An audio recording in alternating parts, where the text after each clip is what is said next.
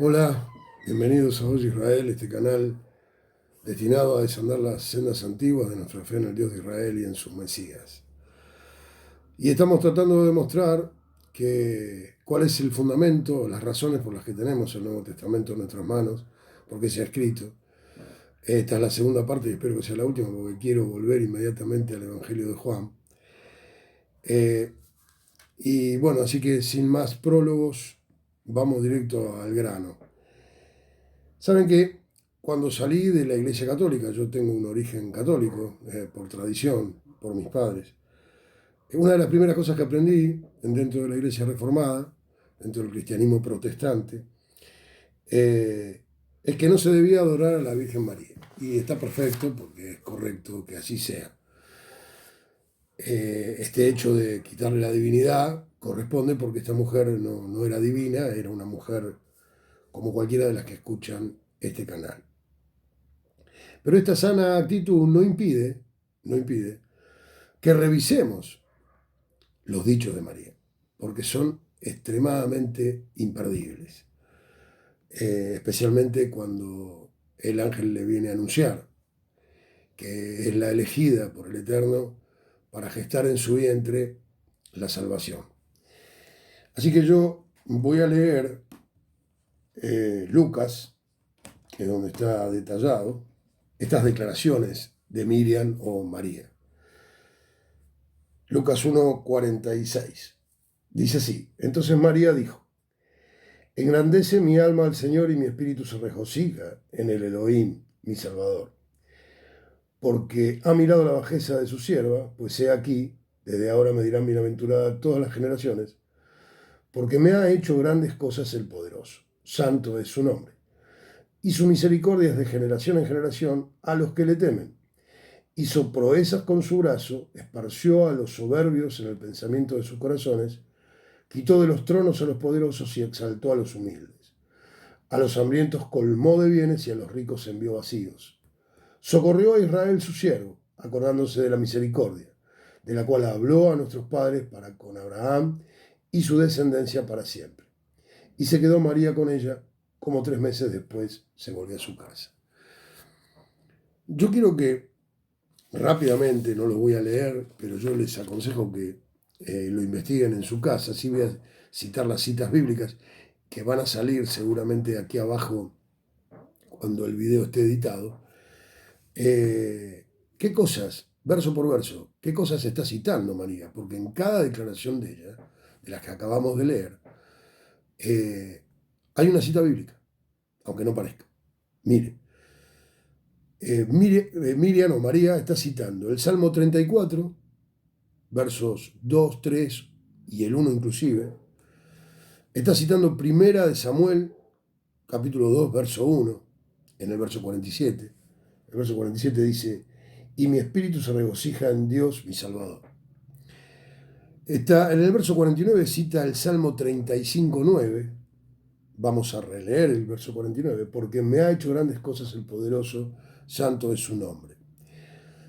En el verso 50 está citando el Salmo 103, 17. Y su misericordia de generación en generación a los que le temen. En el verso 51 está citando el Salmo 98, 1 y está citando al profeta Isaías 40, 10, porque dice: hizo proezas con su brazo, esparció a los soberbios en el pensamiento de sus corazones. El verso 52, que dice: quitó de los tronos a los poderosos y exaltó a los humildes, está citando a Job, capítulo 5, versos 11. En el verso 53 está citando el Salmo 34, 10, cuando dice: y a los hambrientos colmó de bienes y a los ricos envió vacíos. En el verso 54, donde dice: socorrió a Israel su siervo, acordándose de la misericordia, cita el Salmo 98, 3, y en el verso 55, de la cual habló a nuestros padres para con Abraham y su descendencia para siempre, está citando Génesis 17, 9, que paso a leer porque es importante revisar el capítulo 17 del Génesis. Es el perfeccionamiento del pacto que Dios hace con Abraham. 17, 19. Dice así: respondió Dios, ciertamente Sara, tu mujer, te dará a luz un hijo y llamará su nombre Isaac, y confirmaré mi pacto con él como pacto perpetuo para sus descendientes después de él. O sea, María está citando el pacto con Abraham. Ella está citando las promesas de Dios a Israel desde Abraham. Esto significa que María no está profetizando una iglesia nueva o una fe distinta. Ella está confirmando el anuncio del ángel, que el anuncio del ángel ratificaba con gran coherencia que el Eterno se acordó de las promesas hechas a su pueblo. Y ella había sido elegida como protagonista indispensable para ese cometido. ¿Eh? O sea, ella no está anunciando el nacimiento de una religión nueva, una nueva dispensación, una iglesia gentil, mucho menos. Ella está citando desde Génesis, desde el llamado a Abraham y su promesa, todo lo que Dios había justamente anunciado y prometido que iba a suceder en este tiempo, en el tiempo en que ella estaba viviendo. Otra importante cuestión que enfatiza todo lo que vengo diciendo y tratando de transmitir es que la cristiandad ha usado a Juan 3:16 como estandarte para fundamentar la universalidad del mensaje del Nuevo Testamento. Pero si aquel pasaje lo contextualizamos con toda la profecía, lejos podemos entenderlo de esa manera. Aquel pasaje lo que indica es que cualquiera, y eso es cierto, del mundo, que crea en Yeshua como el Mesías de Israel y se disponga a caminar conforme las instrucciones, es decir, la Torá, dada por el eterno Israel, será salvo y tendrá lugar en el reino. Pero Yeshua no vino a salvar a todo el mundo. Él vino a restaurar a Israel, porque esa era la promesa, esa era la profecía. Volvamos al Evangelio de Lucas para confirmar esto que estoy diciendo. También en el capítulo 1, a partir del verso 68. Esta es lo que Zacarías, el padre de Juan el Bautista, declara cuando también le es anunciado que Elizabeth, su esposa, iba a tener todos nacimientos milagrosos, ¿no? Todo con un propósito bien concreto. Dice así, vamos a leer 68 a 70. Bendito el Señor Dios de Israel, que ha visitado y redimido a su pueblo y nos levantó un poderoso Salvador en la casa de David, su siervo, como habló por boca de sus santos profetas que fueron desde el principio. Su pueblo claramente es Israel y no el mundo. ¿De qué profetas se está hablando? Mire, yo solo por elegir algunos. Jeremías 23:5. Vamos a leer 5 y 6. He aquí que vienen días, dice Jehová, en que levantaré a David renuevo justo y reinará como rey, el cual será dichoso y hará juicio y justicia en la tierra. En sus días será salvo Judá e Israel. Habitará confiado. Y este será su nombre con el cual lo llamarán Jehová, justicia nuestra. No hay mucho que agregar, ni mucho que explicar en todo esto. Daniel, otro profeta inmenso, Daniel 9, 24-26. 70 semanas están determinadas sobre tu pueblo y sobre tu santa ciudad para terminar la prevaricación y poner fin al pecado, expiar la iniquidad, para traer la justicia perdurable y sellar la visión y la profecía y ungir al santo de los santos. Sabe pues, sí, vamos a leer hasta el 26, sabe pues y entiende que desde la salida de la orden para restaurar y edificar a Jerusalén hasta el Mesías príncipe habrá 7 semanas y 72 semanas se volverá a edificar la plaza y el muro en tiempos angustiosos. Y después de las 72 semanas se quitará la vida al Mesías, mas no por sí, y el pueblo de un príncipe que ha de venir destruirá la ciudad y el santuario, y su fin será con inundación, y hasta el fin de la guerra durarán las devastaciones. No quiero profundizar mucho, será en todo caso para alguna otra clase, pero claramente tanto Jeremías como y tantos otros Lo particular en el caso de Daniel, que está anunciando en su profecía, en sus dichos, con tiempo exacto cuando el Mesías iba a venir. ¿Sí? Y esto explica la expectativa que existía en tiempos de Yeshua, en tiempos de Juan el Bautista, en todo Jerusalén, en todo Galilea, en todo Israel. Por eso fue tan tremendo la predicación de Juan, fue tan escuchada y tantos seguidores, y ni hablar de Yeshua. Porque ambos anunciaban que el reino se había acercado. Entonces, lo que estaban augurando era eso, la venida del Mesías. Todos los habitantes de aquel país en ese tiempo sabían por Daniel que ese era el tiempo en el que el Mesías se iba a presentar. Siguiendo con Lucas, capítulo 1, y siguiendo particularmente con la profecía de Zacarías, de este sacerdote, este levita, el verso 71 al 75 dice: salvación de nuestros enemigos y de la mano de todos los que nos aborrecieron, para hacer misericordia con nuestros padres y acordarse de su santo pacto, del juramento que hizo a Abraham, nuestro padre, que nos había de conceder. Sigue Zacarías diciendo que, librado de nuestros enemigos, sin temor le serviríamos en santidad y en justicia delante de él todos nuestros días. Noten que habla de los enemigos de Israel y que es en razón de su santo pacto. El verso 76 al 79 también, vamos a leerlo. Y tú, niño, profeta, está hablando de Juan, de su hijo, de su propio hijo.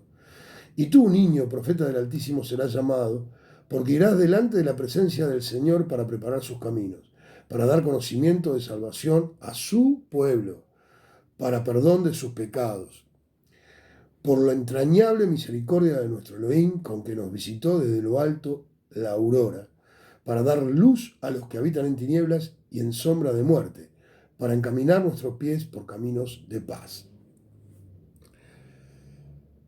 Zacarías, al pronunciar esto, está citando Malaquías 3.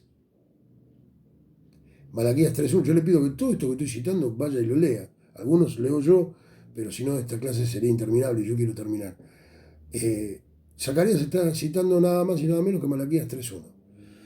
Yeshua pues vino a redimir a Israel, a salvarlo de sus enemigos, a confirmar el pacto hecho por Jehová a Israel en Sinaí y a cumplir el juramento hecho a su amigo Abraham. La profecía en su totalidad nunca anunció una iglesia gentil, un pueblo distinto, y mucho menos anunció una nueva religión llamada judaísmo o cristianismo. No. Veamos ahora el rol de los gentiles conforme la profecía mesiánica, porque tienen un rol. En el Evangelio de Juan, en la clase última del Evangelio de Juan, explicamos la profecía de las 6 tinajas y en las que cabían 2 o 3 cántaros. Bueno, relacionado con eso, vamos a ver cuál es el rol de los gentiles en el Nuevo Testamento.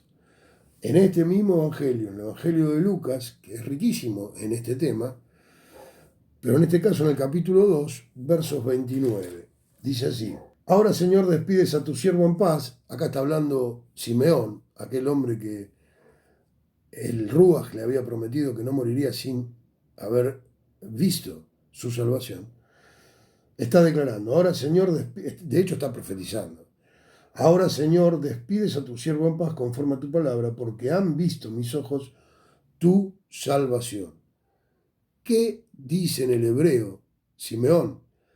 Mis ojos han visto tu salvación, que en hebreo es Yeshua. Mis ojos han visto a Yeshua, que significa salvación. Salvación de Dios, ¿no? Es decir, dice el 31, la cual has preparado en presencia de todos los pueblos, luz para revelación a los gentiles y gloria de tu pueblo Israel. A ver, esto está bien, hay como una línea que divide. Para los gentiles es luz. Ellos, si reciben la luz, si creen, se convierten y empiezan a caminar en las instrucciones del Eterno, genial, serán admitidos, serán parte del pueblo. Ahora, la gloria para Israel. La gloria es para Israel. Porque Israel sí tenía promesa, Israel sí tenía pacto, Israel sí tenía una sucesión de pactos. Le digo más, desde Noé. Algún día vamos a enseñar la correlatividad, la coherencia de los pactos, porque esa es otra desviación que hemos recibido, que como ahora el nuevo pacto en su sangre, no, nada que ver. Ningún pacto anula el anterior, todo lo contrario, le añade al anterior, lo confirma, lo ratifica y le añade. Eso lo vamos a enseñar en breve, si Dios quiere, si el Eterno lo permite. Todo es para Israel, o sea, no, el gentil es en la medida en que quiera adherir al pacto. ¿Qué pacto? El pacto con Abraham. El pacto con Abraham. Es decir, entonces, a los gentiles es luz que los alumbrará, pero la gloria es para Israel. Veamos todo lo dicho por este enorme profeta. Sigamos escuchando a Simeón. Lucas 22 al 26. Y cuando se cumplieron los días de la purificación de ellos, habla de José, el padre adoptivo del Mesías, y de Miriam, su madre biológica.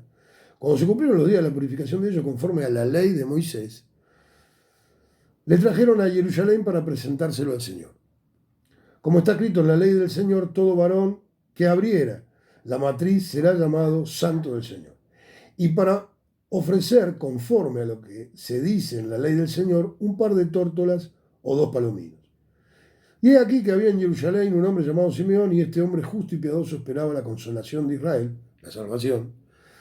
Y el Ruaj, el Espíritu Santo, estaba sobre él. Y le había sido revelado por el Espíritu Santo que no vería la muerte antes que viese al ungido, es decir, al Mesías de Dios. Yeshua, primero vamos a hablar un poquitito de la Torá. Y Yeshua fue circuncidado al tiempo de la purificación de ellos en el templo. En el templo. En el verso 23 se está citando Éxodo 13:2. En el verso 24 se refiere a Levítico 5:7. Y acá quiero detenerme, porque Levítico habla de qué ofrendas había que llevar en estos casos concretos de purificación y de circuncisión y de consagración del niño. Y podemos aprender, por lo que acabo de leer, que tanto José como Miriam eran pobres, eran humildes, no tenían riquezas. ¿Por qué lo digo? Vaya a Levítico 5, verso 7, capítulo 5, verso 7, y va a ver que si no tenían recursos podían llevar esto que ellos llevaron, un par de tórtolas o 2 palominos. O sea, eran aves, porque la ofrenda era mayor, había que llevar algo de mayor envergadura, de mayor precio. Sin embargo, José y María llevaron tórtolas, palominos. Eso demuestra la situación económica de esta familia. En el verso 25, Simeón, que era justo y piadoso, esperaba la consolación de Israel, no de la iglesia, sino de Israel, del reino. El verso 27, los padres de Yeshua la trajeron al templo para cumplir Torá. En esa ocasión el anciano Simeón, con alegría, declara que ya puede morir, puede morir en paz, pues que se había cumplido lo que el Espíritu Santo le había revelado. Esto es que sus ojos verían su salvación, verían a Yeshua.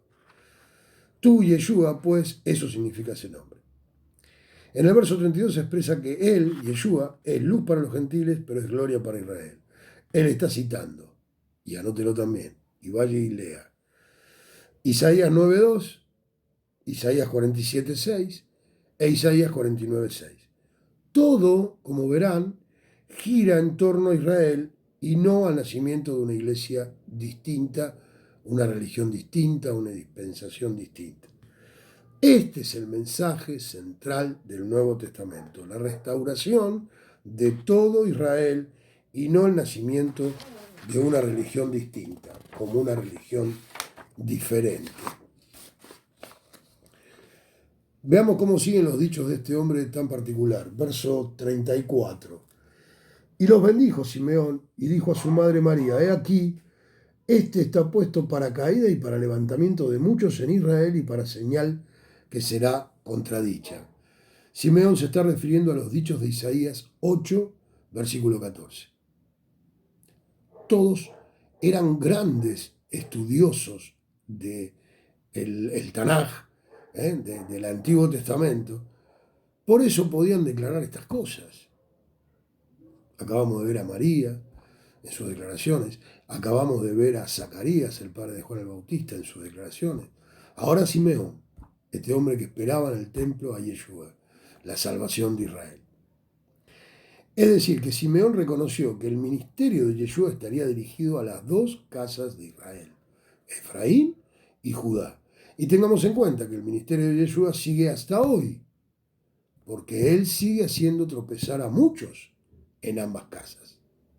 Esto de que será puesto para levantamientos y para señal que será contradicha. Dice, vuelvo a leerlo, lo bendijo Simeón y dijo a su madre María, aquí, este está puesto para caída y para levantamiento. Bueno, esto sigue sucediendo. Los dichos de Simeón siguen desde hace 2000 años, más de 2000 años. Judá, ¿cómo tropieza? En no reconocer a Yeshua como el Mesías. Y Efraín, o cristianismo, ¿cómo es que tropieza? Porque se niegan a volver a la Torá. Entonces, es una señal contradictoria, ¿sí? Lamentablemente es así. El tema es que este es el tiempo en que tenemos que aprender. Es el día de hoy que dentro de la judaidad, cuando alguien entiende que Yeshua es el Mesías, y son muchos los que están reconociendo esto, no pueden siquiera declararlo. Usted sabe, cuando un judío, practicante de su fe, por revelación, o por prédicas, o por lectura, llegan a la conclusión de que sin duda Yeshua era el Mesías, si lo llegasen a declarar en sus sinagogas, o en su círculo íntimo, incluso en sus familias, son separados. Son separados. Es más, conozco historias en donde han sido desheredados directamente. Y con el cristianismo pasa igual. Cuando alguien enseña que las iglesias deben volver a cumplir con la Torá, a guardar Shabbat, a obedecer los mandamientos, a no comer alimentos que no son alimentos, porque no los considera alimentos el Señor. Es más, todo lo que el Señor no considera alimento, no es eso, no es alimento, justamente. Es cualquier cosa menos alimento. Cuando uno enseña estas cosas, a celebrar las fiestas, y a abstenerse de celebrar otras que la cristiandad celebra y que no están ordenadas, somos separados. Nos censuran, nos cierran la boca. No por maldad. A ver, yo no me estoy quejando de nada, ni estoy acusando a nadie. Esta es una realidad profética.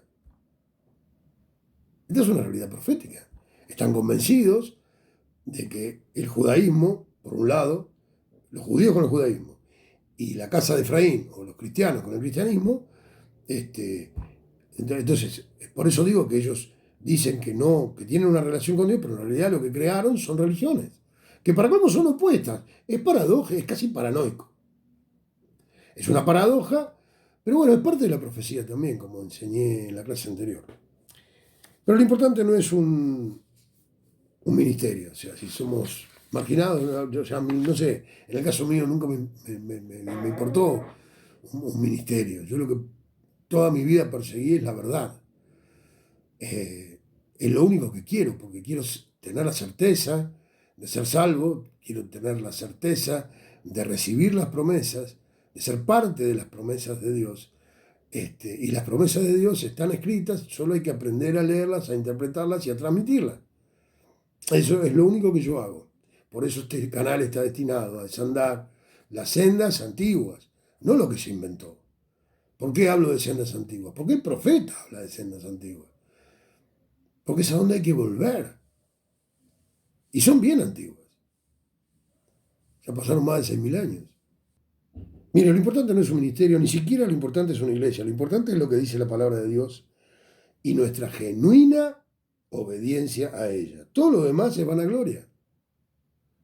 Pues solo buscan ser reconocidos por sus pares, ser honrados por sus hermanos. Esto mismo le pasaba a Yeshua. Lea las discusiones en el Evangelio de Juan con los fariseos. ¿Quiénes son los fariseos hoy? ¡Wow! ¡Qué pregunta!, ¿no? Mejor no la contestemos. Pero debemos buscar solamente la gloria de Dios. La gloria del hombre dura lo que dura la vida, en tanto que la gloria de Dios es eterna. Veamos también lo que anuncia Ana, la otra que recibe al niño en el templo, referido precisamente como profeta. Era una profetisa. Lucas 2, 36 al 38. Estaba también allí Ana, profetisa. La misma palabra dice que era profeta.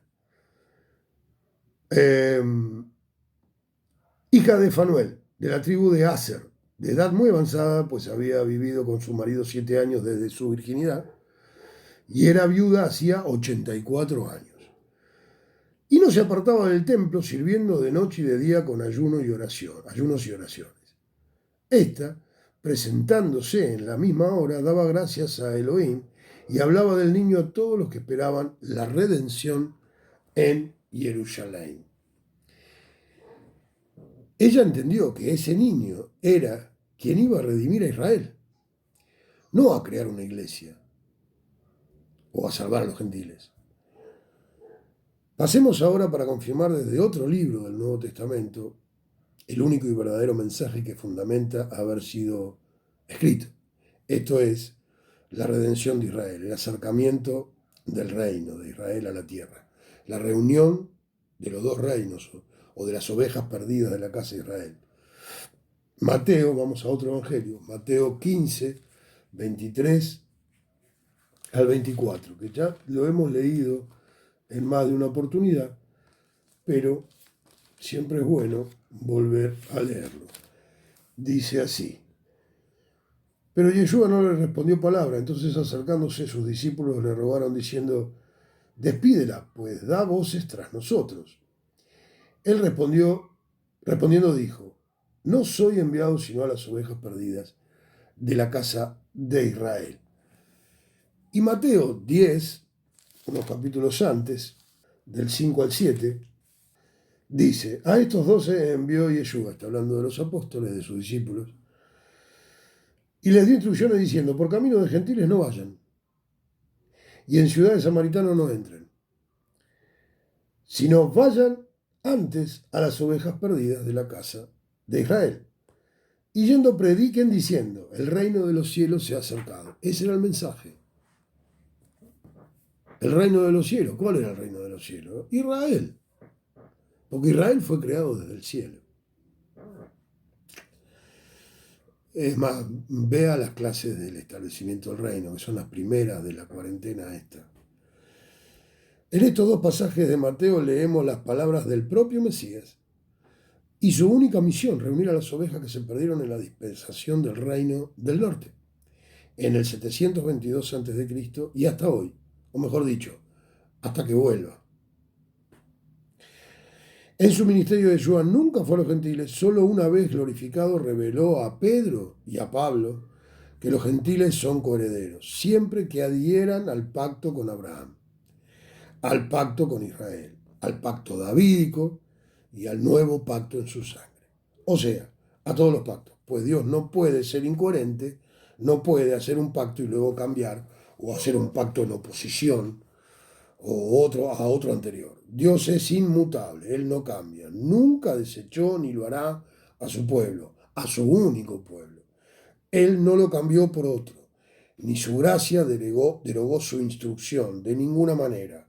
Y el concepto de pecado en el Antiguo Testamento es el mismo que en el Nuevo. Siempre lo cito y les ruego que lo lean. Primera de Juan, capítulo 3, verso 4. ¿Qué es pecado para Dios? Toda transgresión de la ley, toda transgresión de la Torá. El ministerio de Yeshua estuvo destinado a las ovejas perdidas de Israel, no a los gentiles. La porción reservada a los gentiles tiene que ver con lo sucedido en el Éxodo. Pues junto a Israel, cuando Dios los saca de Egipto, hubo muchos extranjeros que salieron con el pueblo de Dios y se dispusieron también a serle fiel y a adherir al pacto. Y de hecho lo hicieron en Sinaí. Yeshua, con su sacrificio, sacó a Israel de Egipto. También, siempre se predica eso en el cristianismo, que Él nos liberó de Egipto. Y es cierto, es un nuevo éxodo. Decía que Yeshua sacó a Israel de Egipto, o del pecado, si lo prefiere. Lo liberó de la esclavitud del pecado. Les quitó el cartel de adúltera a Israel y la convirtió en viuda, apta para las bodas del Cordero, como expliqué también en este canal.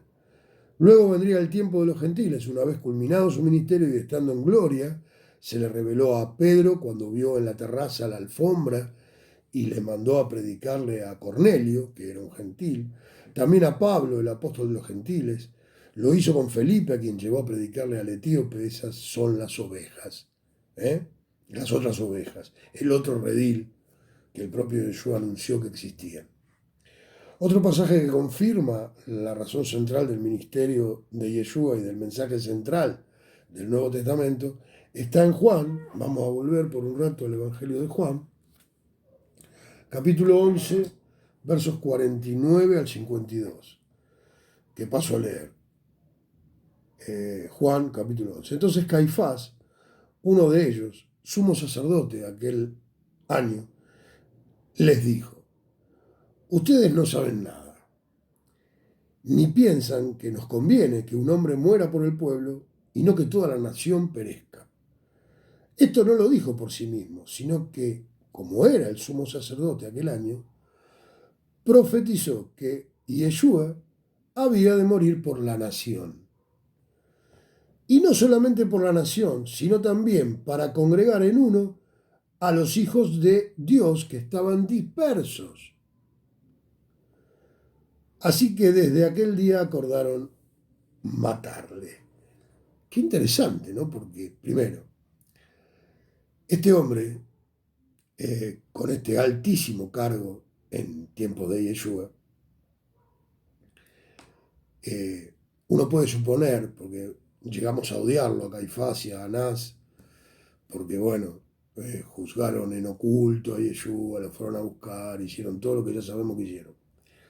Ahora, la palabra dice que lo que dijo, lo dijo como profeta. Él fue tomado por Dios, utilizado por Dios.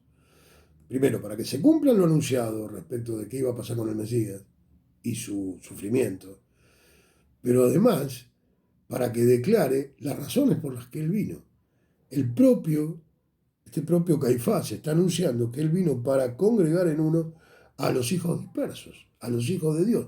¿Quiénes creen ustedes que a qué se estaba refiriendo? Él dice, va a morir por la nación, por Israel. Caifás profetizó, sí, a pesar de su clara oposición a Yeshua, conforme lo asegura el pasaje que leímos. Dios lo hizo profetizar a propósito de su plan para asesinar a Yeshua. No solo murió por Judá, de quien podríamos entender que califica para el término aquí usado como nación. Uno puede suponer, bueno, solamente para los judíos. Cuando habla de nación, habla de los judíos nada más, porque era la única tribu conocida. Sin embargo, después agrega, reunir a los hijos dispersos. Está hablando claramente de las ovejas perdidas de la casa de Israel. Es tremendo, porque hasta los enemigos de Yeshua profetizaban esto. Veamos ahora a Pablo, el apóstol de los gentiles, y su declaración frente al rey Agripa. Vamos al libro de los Hechos, capítulo 26,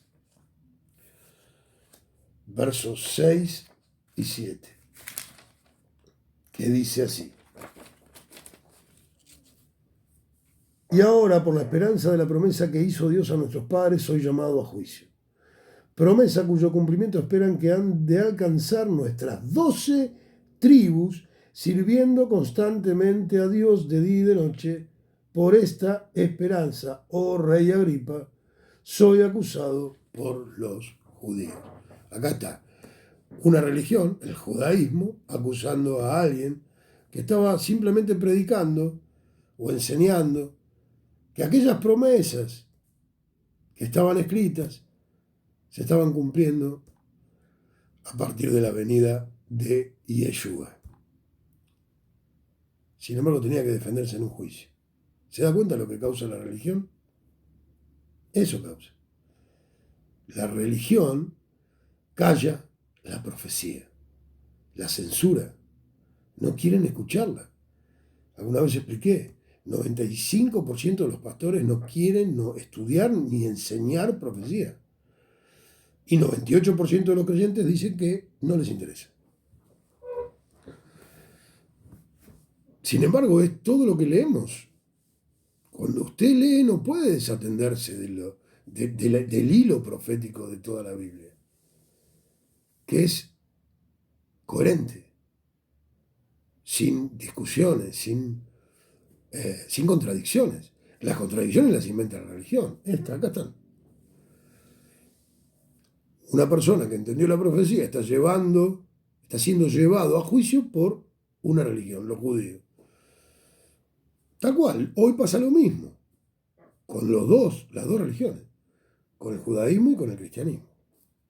Pablo, a pesar de su ministerio a los gentiles, sabía muy bien las razones del mensaje del Evangelio. Él no les predicaba cuando levantó la iglesia de Colosas o de Éfeso o tantas de las que la levantó. Él no iba a enseñar algo distinto de lo que acá está escrito. Que el Mesías había venido a reunir las 12 tribus. Porque era lo que estaba escrito, era lo que estaba anunciado, era lo que estaba profetizado. También tenemos información acerca de el mensaje central del Nuevo Testamento en saludos de cartas de algunos apóstoles. Por ejemplo, la primera carta de Pedro. Él dice en primera de Pedro 1:1, dice así: Pedro, apóstol de Yeshua Mashiach, a los expatriados de la dispersión en el Ponto, Galacia, Capadocia, Asia y Bitinia. El término expatriados, alguna vez lo expliqué, tiene que ver con eso. Alguien que han sido sacados de la patria. Está hablando de Israel, de su pueblo. Fíjese Santiago peor todavía, porque es muchísimo más explícito. Santiago 1:1 dice: Santiago, que en realidad es Jacobo, siervo de Elohim y del Adón Yeshua Mashiach, a las 12 tribus que están en la dispersión. ¿Se da cuenta? No está dirigida a una iglesia nueva o a una religión determinada. Veamos los dichos de Pedro, por ejemplo, en el libro de los Hechos. Hechos 5, verso 31. A este Dios ha exaltado con su diestra por príncipe y salvador, para dar a Israel arrepentimiento y perdón de pecados. Está hablando de Israel. Lo más lindo que a Pedro, el catolicismo, una versión del cristianismo, lo hizo papa. Como el papa de toda la iglesia universal. Imaginen la trascendencia, ¿no?, de la desviación. Dios, dice Pedro, había exaltado a Yeshua como príncipe y salvador. Esto es para dar a Israel y no a ninguna iglesia arrepentimiento y perdón de pecados. Este era el mensaje central en boca de los apóstoles que Yeshua había instruido durante su ministerio. ¿Cómo puede dar Yeshua con su sacrificio ocasión para que los gentiles se arrepientan si ellos ni siquiera conocían el concepto de pecado? ¿De qué se iban a arrepentir? Ellos estaban en otra cosa. No sabían Torá. Es más, desconocían que existía. No sabían Torá, no eran parte del pueblo, no habían suscrito ningún pacto, nunca estuvieron en Sinaí. ¿No? ¿De qué se iban a arrepentir? Si nunca estuvieron en condiciones de arrepentirse de nada, era una vida normal. De hecho, me pasó a mí. Yo antes de conocer la verdad, ¿de qué me iba a arrepentir? No tenía concepto de pecado. No podía arrepentirme de nada si no sabía lo que era pecar y no pecar. Vimos que pecado es transgresión a la Torá y ningún gentil formaba parte del pacto de Sinaí, ninguno conocía Torá. De igual modo, hoy, los líderes de las iglesias cristianas que predican el arrepentimiento y no enseñan acerca de la Torá. Así que ¿arrepentirse de qué le están pidiendo? ¿Invitan a arrepentirse de qué o de cuál pecado? De hecho, al honrar el domingo en lugar del sábado, ellos mismos están pecando. Porque honrar el Shabbat es el mandamiento que más se repite a lo largo de toda la Biblia. Así que, imagínense, arrepiéntase de la prédica y resulta que ellos están cometiendo pecado, comiendo cerdo, sin cumplir Torah. Empecemos por uno entonces. ¿Cómo puede ser Pedro el fundador de la Iglesia Católica? Si él sabía las razones por las que Yeshua vino, murió y resucitó. De ninguna manera. Veamos ahora un libro bien controversial, me refiero a Apocalipsis. Vamos a leer Apocalipsis 7. Quédese porque esto no tiene desperdicio. Apocalipsis 7, del 9 al 17. Es un poco largo, pero vamos a leerlo. Después de esto miré y he aquí una gran multitud, la cual nadie podía contar, de todas naciones y tribus y pueblos y lenguas, que estaban delante del trono y de la presencia del Cordero, vestidos de ropas blancas y con palmas en las manos. Y clamaban a gran voz diciendo: la salvación pertenece a nuestro Elohim, que está sentado en el trono, y al Cordero. Y todos los ángeles, en pie alrededor del trono, y los ancianos y los 4 seres vivientes, se postraron sobre sus rostros delante del trono y adoraron a Dios, diciendo amén, la bendición y la gloria y la sabiduría y la acción de gracias y la honra y el poder y la fortaleza sean a nuestro Elohim por los siglos de los siglos. Amén. Entonces uno de los ancianos habló diciéndome: estos que están vestidos de ropas blancas, ¿quiénes son y de dónde han venido? Yo les dije: Señor, tú lo sabes. Y él me dijo: estos son los que han salido de la gran tribulación y han lavado sus ropas y las han emblanquecido en la sangre del Cordero. Por esto están delante del trono de Dios y le sirven de día y de noche en su templo. Y el que está sentado sobre el trono extenderá su tabernáculo sobre ellos, ya no tendrán hambre ni sed, y el sol no caerá más sobre ellos ni calor alguno, porque el Cordero que está en medio del trono los pastoreará y los guiará a fuentes de aguas de vida, y Dios enjugará toda lágrima de los ojos de ellos. ¿Quiénes son estos? ¿Es la iglesia gentil? Vamos a averiguarlo. Juan recibió la revelación y vio a esa multitud, pero la revelación visual obligó a que Juan dijera quiénes eran. Y él respondió al anciano que él lo sabía, y en clara alusión el anciano, que seguidamente cita, ¿qué cita? Una profecía. La profecía es Isaías 49, 5 al 18. Ahora pues, dice Jehová, el que me formó desde el vientre para ser su siervo, para hacer volver a él a Jacob, esto es Israel,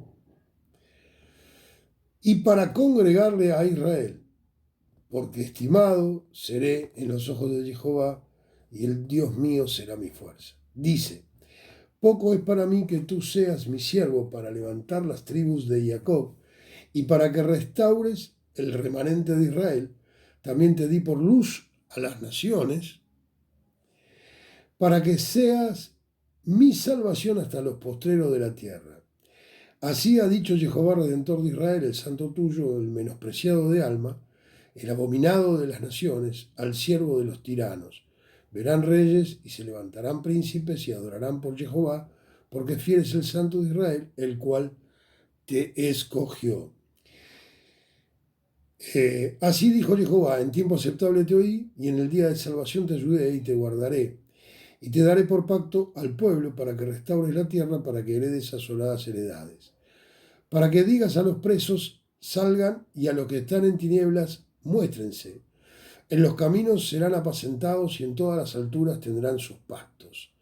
No tendrán hambre ni sed, ni el calor ni el sol los afligirá, porque el que tiene de ellos misericordia los guiará y los conducirá a manantiales de aguas.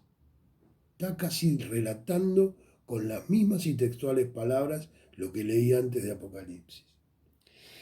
Y convertiré en camino todos mis montes y mis calzadas serán levantadas. He aquí, Estos vendrán de lejos, y aquí estos del norte y del occidente, y estos de la tierra de Sinim.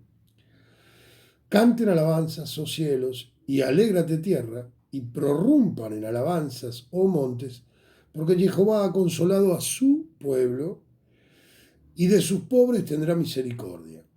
Pero Sión dijo, me dejó Jehová, y el Señor se olvidó de mí.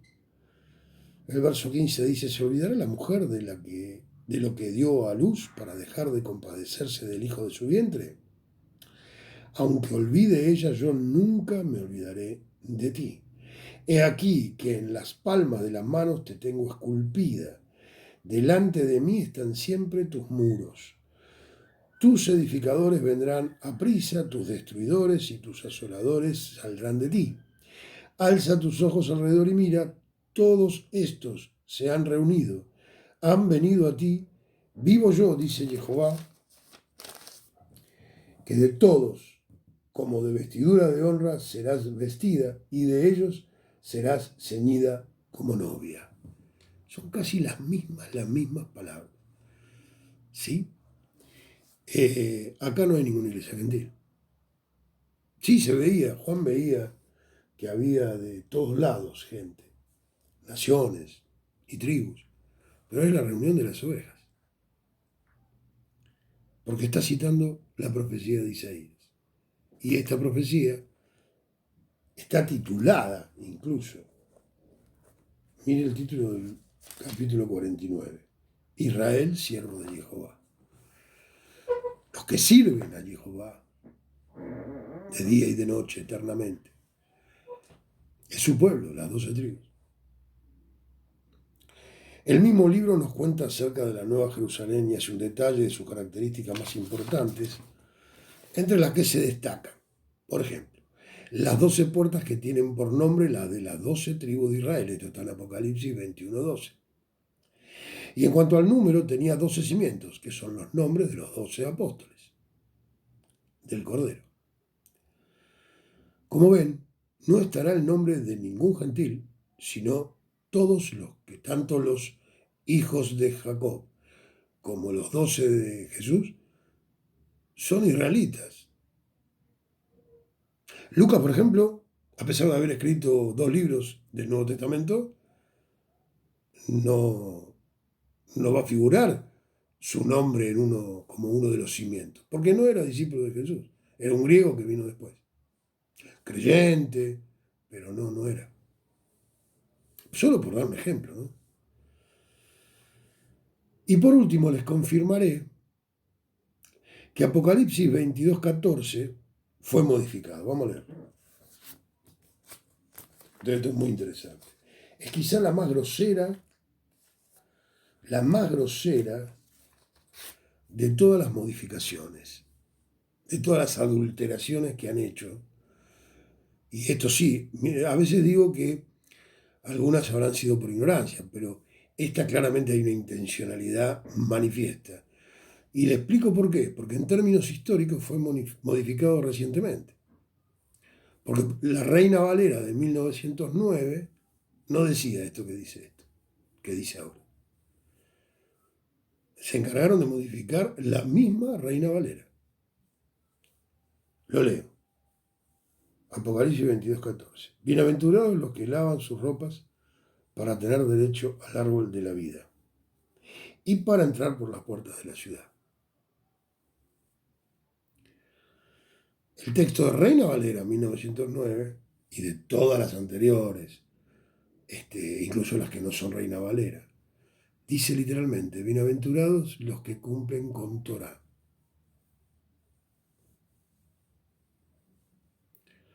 Esto claramente tiene una intencionalidad manifiesta. Mire, el Nuevo Testamento de la versión de 1865, la de el Brit Hadashah de 1999, la Reina Valera 2000, la versión Kadosh israelita, dice, bienaventurados son aquellos que guardan la Torah. El nuevo pacto no es con la iglesia gentil. Hebreos 8, y ya estamos llegando al fin, gracias a Dios. Hebreos 8, versos 7 al 13. Porque Si aquel primero hubiera sido sin defecto, ciertamente no se hubiera procurado lugar para el segundo, porque reprendiéndolos dice, he aquí vienen días, dice el Señor, en que estableceré con la casa de Israel y la casa de Judá un nuevo pacto, no como el pacto que hice con sus padres, el día que los tomé de la mano para sacarlos de la tierra de Egipto, porque ellos no permanecieron en mi pacto. Y yo me desentendí de ellos, dice el Señor. Por lo cual este es el pacto que haré con la casa de Israel. Después de aquellos días, dice el Señor, pondré mis leyes, mi Torá, en la mente de ellos y sobre su corazón las escribiré. Y seré a ellos por Dios y ellos me serán a mí por pueblo. Y ninguno enseñará a su prójimo, ni ninguno a su hermano, diciendo, conoce al Señor, porque todos me conocerán, desde el menor hasta el mayor de ellos, porque seré propicio a sus injusticias y nunca más me acordaré de sus pecados y sus iniquidades. ¿Se da cuenta? El nuevo pacto, el Nuevo Testamento. Algún día vamos a explicar la diferencia sutil, otra diferencia sutil entre cómo entiende el nuevo el hebreo y cómo entiende el término nuevo el griego. Cómo entiende la palabra pacto el hebreo y cómo la entiende el griego. O sea, nada que ver. Cuando aprendamos eso también se van a abrir los ojos y caerán algunas vendas. No hay ninguna iglesia gentil. La desaparición del viejo pacto no significa la desaparición de la Torá. Para nada. Solo que para que pudiera ser escrita en mente y corazón se necesitaba el Ruach y la palabra. El Dios Ejad que hemos enseñado en clases anteriores. Y no en tablas de piedra. Para cumplir Torah, que es espiritual, se necesita el espíritu necesario para que nuestra carne obedezca el mandamiento. ¿Cuál es entonces el rol de los gentiles en todo este asunto? Efesios, capítulo 1, del 3 al 13. Bendito sea el Dios y Padre de nuestro Señor Yeshua Mashiach, que nos bendijo con toda bendición espiritual en los lugares celestiales en Mesías, según nos escogió en Él antes de la fundación del mundo. ¿Qué eligió? ¿A una iglesia gentil antes de la fundación del mundo? Claramente no. Para que fuésemos santos y sin mancha delante de Él, en amor, habiéndonos predestinado para ser adoptados hijos suyos por medio de Yeshua Mashiach, según el puro afecto de su voluntad, para alabanza de la gloria de su gracia, con la cual nos hizo aceptos en el amado, en quien tenemos redención por su sangre, el perdón de pecados, según la riqueza de su gracia, que hizo sobreabundar para con nosotros en toda sabiduría e inteligencia, dándonos a conocer el misterio de su voluntad, según su beneplácito, el cual se había propuesto en sí mismo, de reunir todas las cosas en el Mesías, en la dispensación del cumplimiento de los tiempos, es decir, cuando Él viniera, así las que están en los cielos como las que están en la tierra. En Él asimismo tuvimos herencia, habiendo sido predestinados conforme al propósito del que hace todas las cosas, según el designio de su voluntad, a fin de que seamos para alabanza de su gloria nosotros los que primeramente esperábamos en el Mesías. ¿Algún gentil esperaba en el Mesías? Ni siquiera sabía que iba a haber un Mesías. Nunca fueron parte del pacto, nunca leyeron el Tanaj, nunca fueron parte de la profecía, nunca habían escuchado la profecía, nadie les enseñó. Los que esperaban al Mesías era claramente Israel, eran los que estaban entendidos de que iba a venir. Y fíjese el 13, en él también ustedes, acá cambio, venía hablando de Israel, ¿se da cuenta? Y Pablo dice, y ahora ustedes son el tercer cántaro, ¿quieren entrar?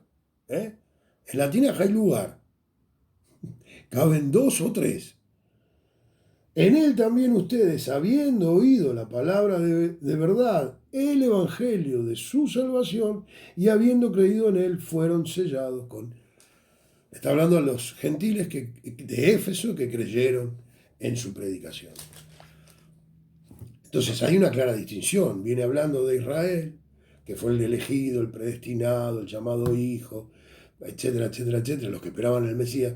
Y ahora también ustedes, ¿por qué? Porque ahora sí conocen. Se les fue explicado. Vine yo, Pablo, fundé esta iglesia y les estoy contando. O sea, el creyente, y ni hablar de Roma, podríamos leer Romanos 11, el injerto de los olivos, etc. Pasan a ser ciudadanos de Israel. Si aceptan los pactos, todos los pactos. Y por último, y ahora sí les prometo que me voy, Hechos 24:14.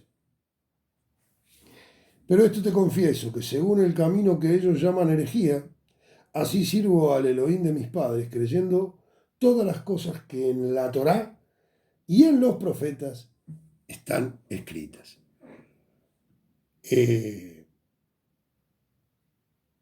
Esta es otra defensa del pobre Pablo, que iba de juicio a juicio, en este caso ante Félix. Él está diciendo, mirá, yo sirvo a mis padres, al Dios de mis padres, conforme todo lo que está escrito. Y lo que estaba escrito, y él lo dice, era la Torá y los profetas. En esto creía Pablo, el apóstol de los gentiles. Esto era lo que enseñaba y esto era lo que mandaba observar. Bueno, acá con esto termino estas dos clases. Volvemos en la próxima al Evangelio de Juan, que es imperdible también, pero quiero que quede claro que tanto el judaísmo como el cristianismo son religiones inventadas por el hombre, que también estaban anunciadas, O sea, esta división también estaba anunciada, porque históricamente los dos reinos, Judá del sur, Efraín del norte, las tribus perdidas. Que nunca Yeshua vino a fundar una iglesia distinta, una dispensación distinta. La invitación es para todos, por eso Juan 3:16. Pero los que conocían acerca de las Escrituras, los que habían adherido a los pactos, solamente era Israel. Y ese es el reino, las 12 tribus de Israel. Así va a reinar y así será. Yo les agradezco su paciencia, les agradezco que visiten el canal. Si les gustó, denle like y los espero para volver al Evangelio de Juan y seguir ahondando en ese maravilloso libro, como toda la Biblia es maravillosa. Shabbat Shalom, que tengan una feliz fiesta de Yom Teruah. Algún día vamos a explicar. El sonar de la trompeta es en este tiempo, en el 7º mes, según el calendario del Señor, que Yeshua retornará. Y Yeshua viene cuando suenen las trompetas. Y justo ahora, en septiembre, que el judaísmo festeja el Año Nuevo, eso no está en Levítico 23. En Levítico 23 lo que está es la fiesta de Yom Teruah. Así que tengan una buena fiesta, aquellos que la festejamos, y que estemos atentos, porque Mashiach viene pronto y va a venir en este tiempo. Dios le bendiga y nos vemos en la próxima. En el Bereshit, el verbo estaba, Él es Elohim, creador de todo. Un cuerpo preparó solo por amor. Todo lo creó para su gloria. Él es vida y luz y prevalece de su plenitud, gracia derramó. Yeshua Señor, eres nuestra gloria. Yeshua Señor,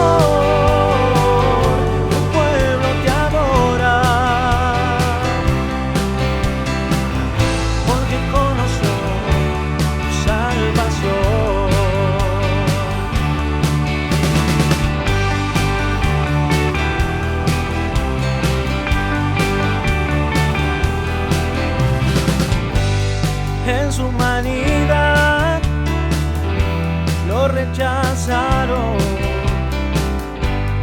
Eso no impidió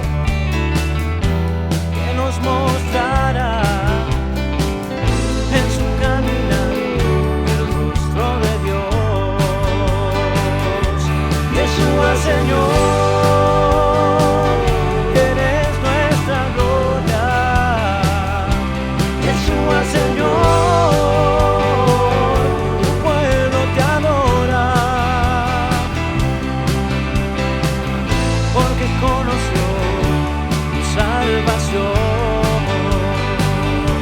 Yeshua Señor, eres nuestra gloria. Yeshua Señor, tu pueblo te adora, porque conoció, es que conoció, porque conoció tu salvación.